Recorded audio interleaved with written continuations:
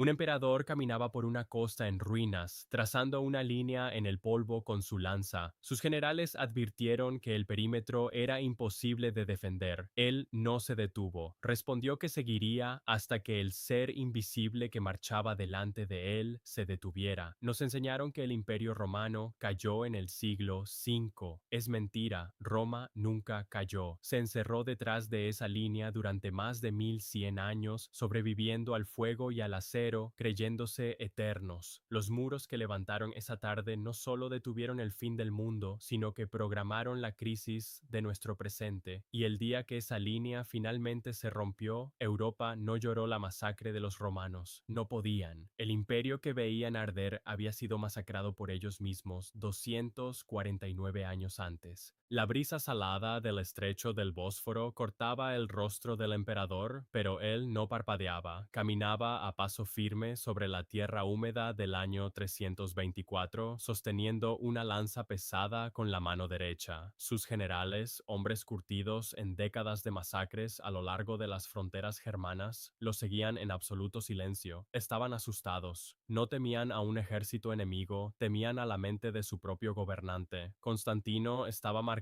un perímetro urbano tan descomunal que la guarnición entera de la antigua Roma no bastaría para defender ni la mitad de esos muros. Cuando uno de los prefectos finalmente rompió el rígido protocolo militar para rogarle que se detuviera, argumentando con desesperación que la nueva ciudad sería peligrosamente grande y vacía, el emperador ni siquiera giró la cabeza, respondió con frialdad que seguiría caminando hasta que el dios invisible que marchaba frente a él decidiera detenerse. Esa mañana no se fundó una ciudad.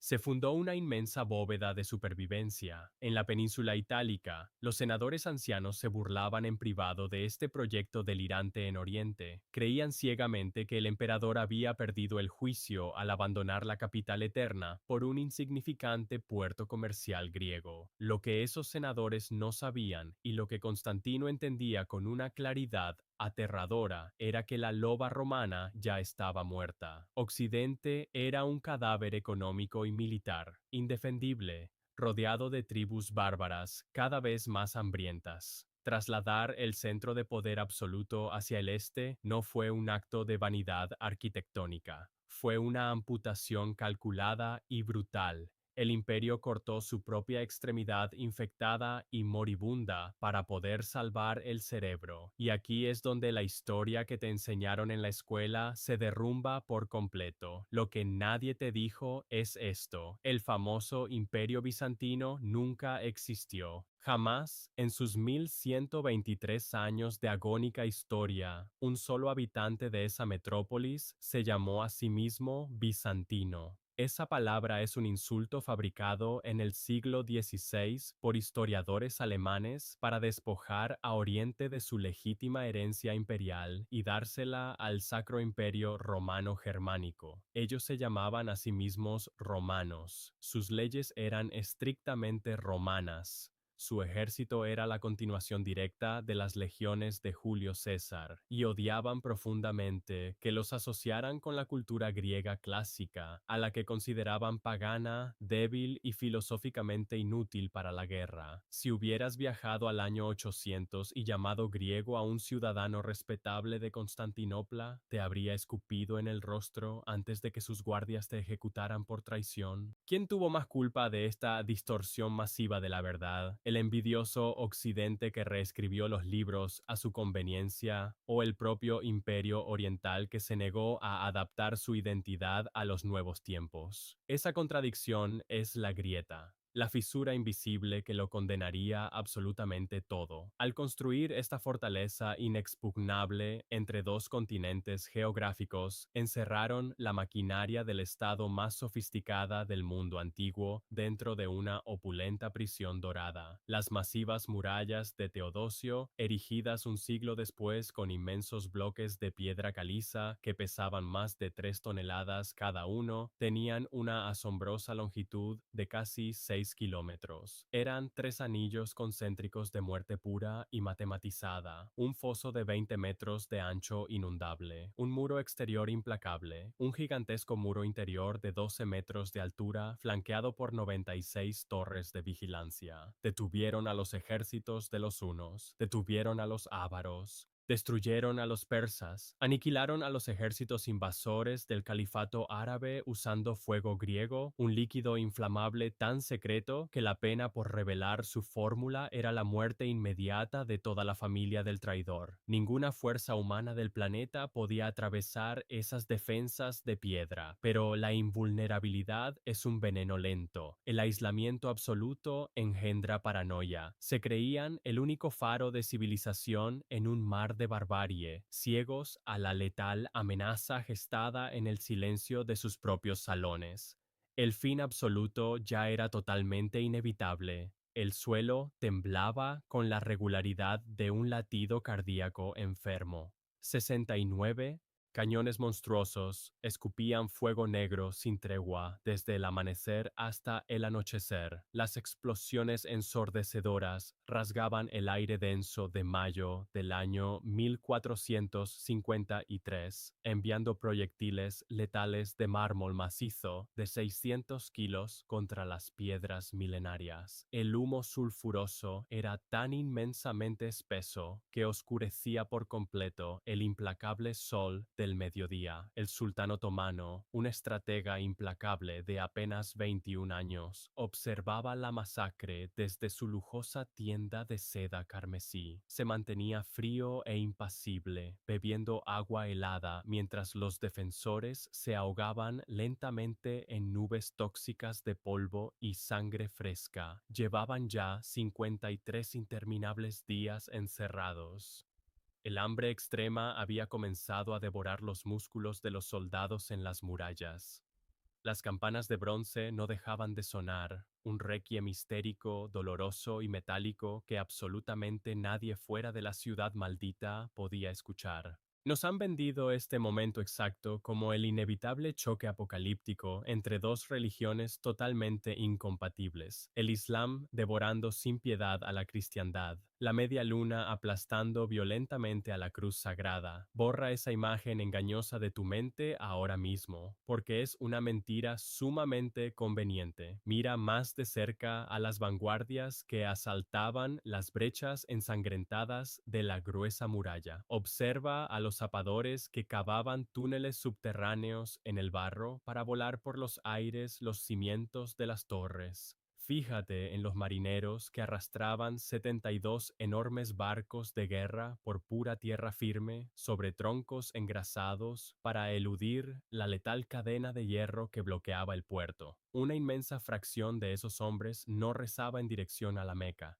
Eran fervientes cristianos, serbios, búlgaros, griegos empobrecidos y mercenarios genoveses pagados con oro otomano para degollar a sus propios hermanos de fe sin ninguna vacilación. La traición no tenía una religión específica, solo tenía un precio de mercado. ¿Quién es el verdadero monstruo en esta historia? ¿El conquistador que actúa por ambición política abierta o el vecino que te vende sonriendo la soga para tu propia ejecución pública? Dentro de la ciudad sitiada, el penetrante hedor a carne humana carbonizada se mezclaba permanentemente con el incienso. 7.000 valientes defensores exhaustos intentaban frenar a un ejército inmenso y descansado de 80.000 hombres. 7.000 contra 80.000. Matemáticas puras, frías y despiadadas. Cada noche bajo la luz de las antorchas, los habitantes arrastraban pesados bloques de piedra rota, barriles repletos de tierra mojada y sus propios muebles astillados para tapar frenéticamente los boquetes mortales que la artillería abría de par en par durante el día. Mujeres, niños y ancianos ciegos trabajaban hasta que sus manos desnudas quedaban desolladas. No dormían, si cerraban los ojos, morían. El 28 de mayo, el brutal bombardeo se detuvo repentinamente por completo. El silencio absoluto cayó sobre la ciudad, un silencio que resultaba mucho más asfixiante que las propias explosiones. Los defensores curtidos sabían exactamente qué significaba esa pausa. El inminente asalto final, a la oscura medianoche, Decenas de miles de antorchas chispeantes se encendieron simultáneamente en el campamento enemigo, un océano rugiente de fuego que iba ininterrumpidamente de horizonte a horizonte. El pálido emperador reunió de inmediato a sus últimos oficiales en la inmensa basílica de Santa Sofía para celebrar una liturgia fúnebre definitiva. Católicos y ortodoxos rezaron juntos por primera y última vez, unidos por la certeza inquebrantable de su propio exterminio inminente, lloraron abrazados bajo los mosaicos dorados, y mientras la masacre consumía las calles empapadas en lluvia y sangre, nadie se dio cuenta de un detalle minúsculo en la recóndita puerta de Quercoporta. Una pequeña puerta peatonal, totalmente diminuta y olvidada. Alguien inmerso en el terror febril de la última patrulla nocturna olvidó bajar la barra de hierro. Esa puerta jamás fue derribada con pólvora, nunca fue destrozada por máquinas de asedio, estaba simplemente abierta. El destino del mundo antiguo giró en silencio sobre unas bisagras oxidadas mientras la infantería genízara. Detente. Cierra los ojos por un segundo y piensa en esa puerta diminuta abierta en la oscuridad.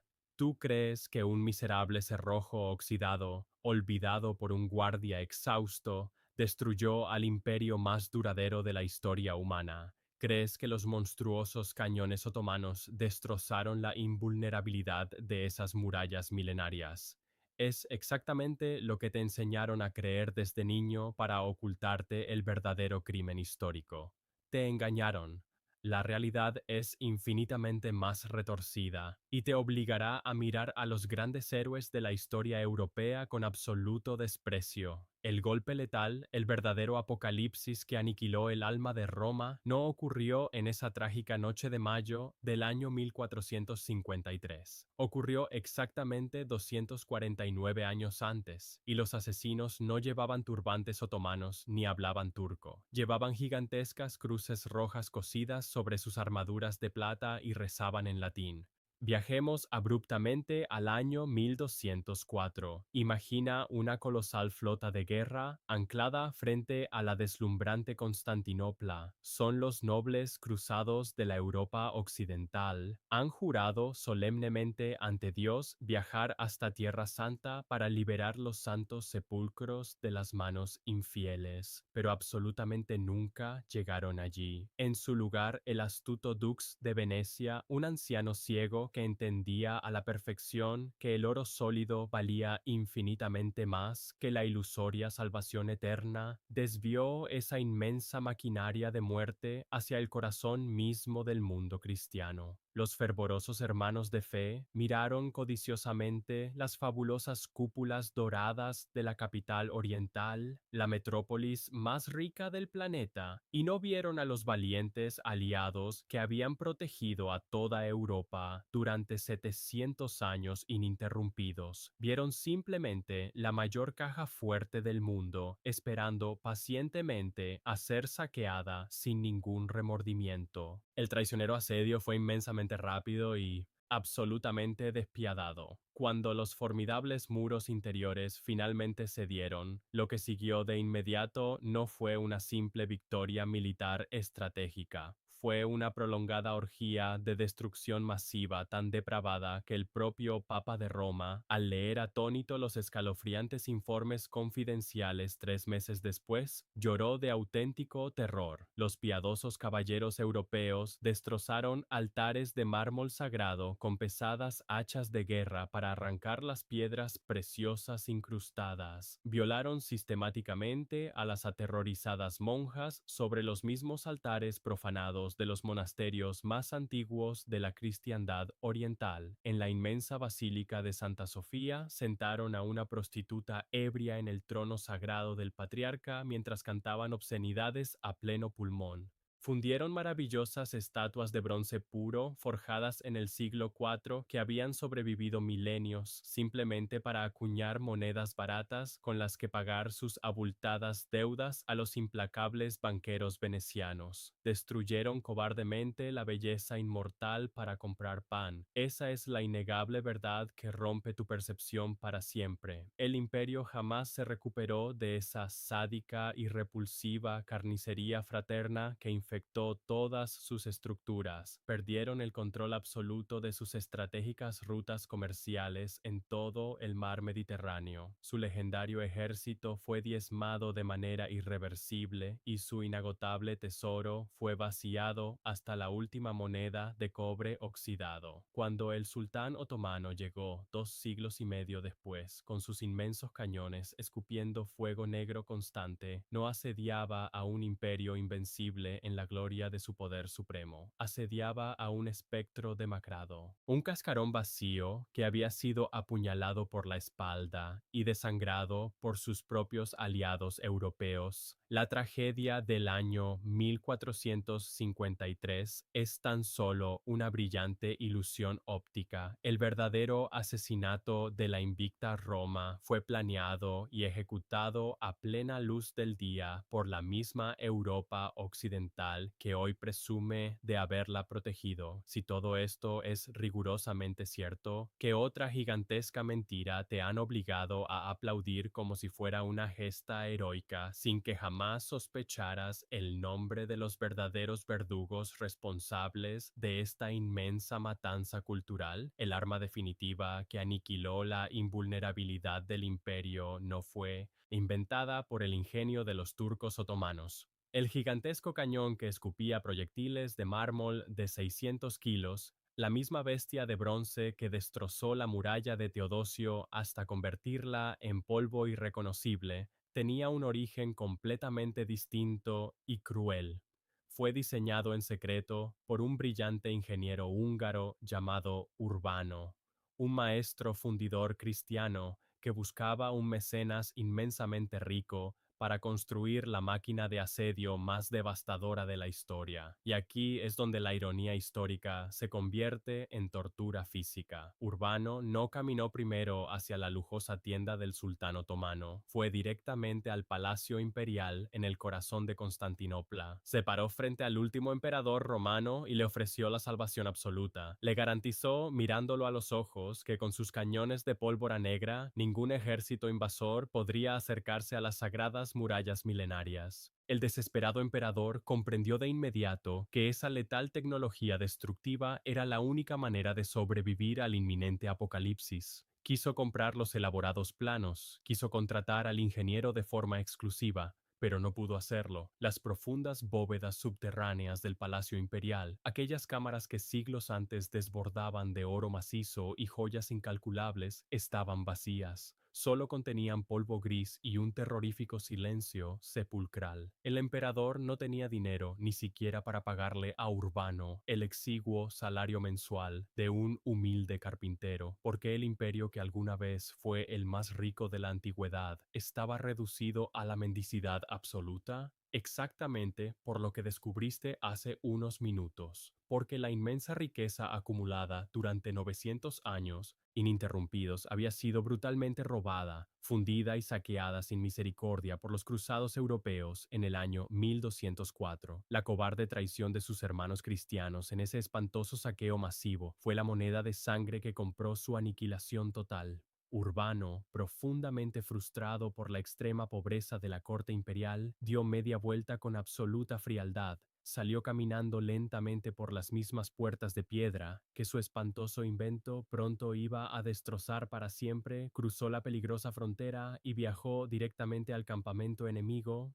El joven y calculador sultán otomano aceptó la macabra oferta de inmediato, le pagó 4 veces el salario que exigía y ordenó entregarle reservas ilimitadas de bronce hirviente para fundir al monstruo de aniquilación. Observa la escalofriante precisión matemática de este desastre histórico. En el siglo IV, Constantino decidió encerrar a su naciente imperio detrás de murallas colosales, creyendo que el aislamiento absoluto era la única garantía de supervivencia perpetua. Creyeron con soberbia que los muros de piedra pura detendrían el avance del implacable tiempo mismo, pero esa arrogancia arquitectónica se transformó lentamente en la trampa perfecta. La inmensa barrera los aisló por completo de las alianzas diplomáticas del continente europeo. El saqueo letal perpetrado por sus propios aliados católicos los hundió para siempre en la miseria extrema, y esa asfixiante pobreza impidió físicamente comprar la colosal arma de fuego que los habría salvado del sangriento exterminio final. La gloriosa muralla no falló por una debilidad estructural inesperada o por la fuerza de un enemigo superior. Colapsó porque el imperio se devoró a sí mismo desde adentro. Construyeron una fortaleza tan hermética que nadie podía entrar a salvarlos cuando llegó la hora final.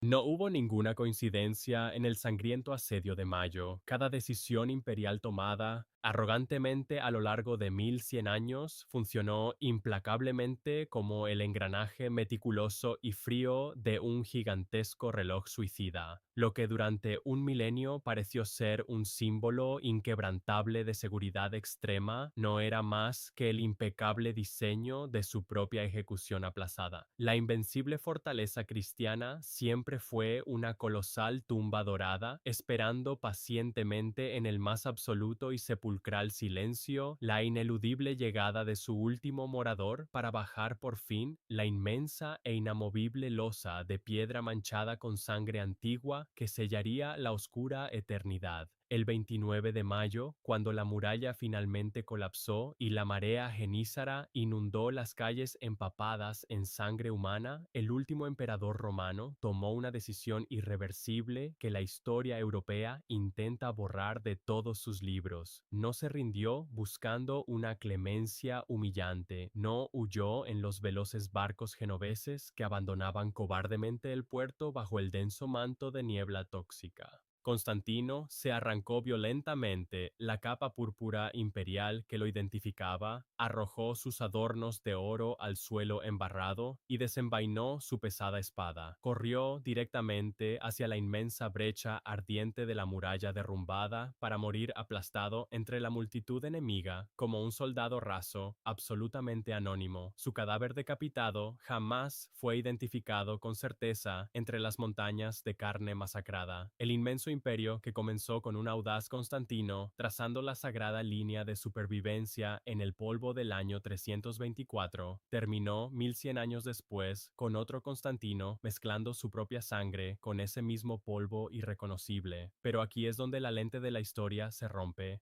violentamente en 1000 pedazos de cristal afilado. Mientras el emperador moría apuñalado en el barro podrido y las cúpulas milenarias ardían ferozmente, iluminando la noche oscura de la matanza, algo inmensamente silencioso estaba escapando por el mar tempestuoso del Bósforo. En las sucias bodegas de los barcos mercantes que huían aterrados del infierno en llamas, cientos de eruditos y filósofos bizantinos no llevaban consigo cofres de oro, plata ni estatuas de bronce, porque todo eso ya había sido saqueado por los propios europeos 2 siglos antes. Llevaban algo infinitamente más valioso y supremamente peligroso. Llevaban escondidos miles de pesados pergaminos antiguos cosidos a mano, salvados de las llamas. Eran las obras completas e intactas de Platón, Aristóteles, Homero y Arquímedes, invaluables textos que Europa occidental había perdido, olvidado o destruido durante sus oscuros siglos de sangrienta tiranía teológica e ignorancia feudal. Recuerda la semilla plantada en la primera parte de esta perturbadora historia milenaria, cuando el primer Constantino abandonó Roma y levantó esos muros colosales. No estaba construyendo simplemente una impenetrable prisión de piedra, estaba construyendo de forma totalmente inconsciente la cápsula del tiempo intelectual más monumental de la existencia humana. El imperio fue un escudo vivo de carne y hueso que absorbió valientemente los devastadores golpes mortales de persas y califatos islámicos durante más de 10 terribles e ininterrumpidos siglos de guerra asfixiante. Un enorme escudo humano que fue destrozado traicioneramente por los hermanos europeos a los que protegía. Esos miserables eruditos que huyeron desesperados de la masacre absoluta del fatídico año 1453 llegaron agotados a las costas del norte de Italia, y al abrir esos viejos pergaminos frente a los atónitos mecenas florentinos, provocaron una explosión intelectual sin precedentes en la humanidad. El brutal exterminio sistemático de Constantinopla encendió la chispa directa del Renacimiento italiano clásico. La arrogante Europa moderna posterior, con todas sus majestuosas catedrales góticas, sus revoluciones científicas y su desmedida expansión naval global, despertó violentamente de su letargo intelectual medieval gracias pura y exclusivamente a la sangre derramada por la metrópolis asediada. ¿Has estado observando de forma obsesiva la historia occidental a través de un cristal totalmente invertido desde tu propia infancia? ¿Crees erróneamente que vives en el orgulloso triunfo final de la brillante civilización europea que iluminó de pronto la extensa oscuridad del mundo entero? Pero la asfixiante e incómoda verdad indiscutible es que la deslumbrante brillantez de nuestra modernidad iluminada no es el resultado pacífico del genio accidental europeo occidental. Tu mundo moderno, seguro y soberbio es simplemente el ecosistema carroñero que germinó lentamente, alimentándose del enorme e insepulto cadáver de un imperio hermano que utilizaste como escudo protector hasta que ya no te sirvió para nada absolutamente nunca más.